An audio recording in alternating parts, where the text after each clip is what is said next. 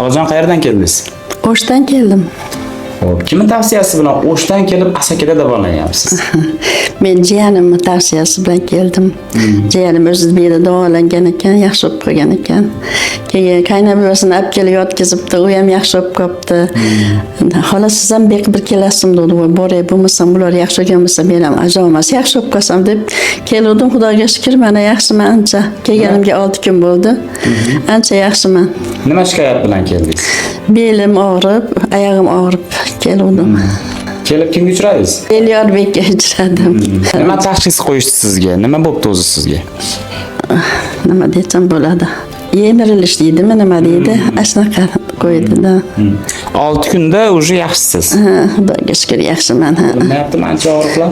Bilinmayapti, o'tib ketdi og'riqlar. Ko'z tegmasin, zo'r. Kimga rahmatlaringiz bor? Kim bilmashada ishlagan hammalariga rahmat.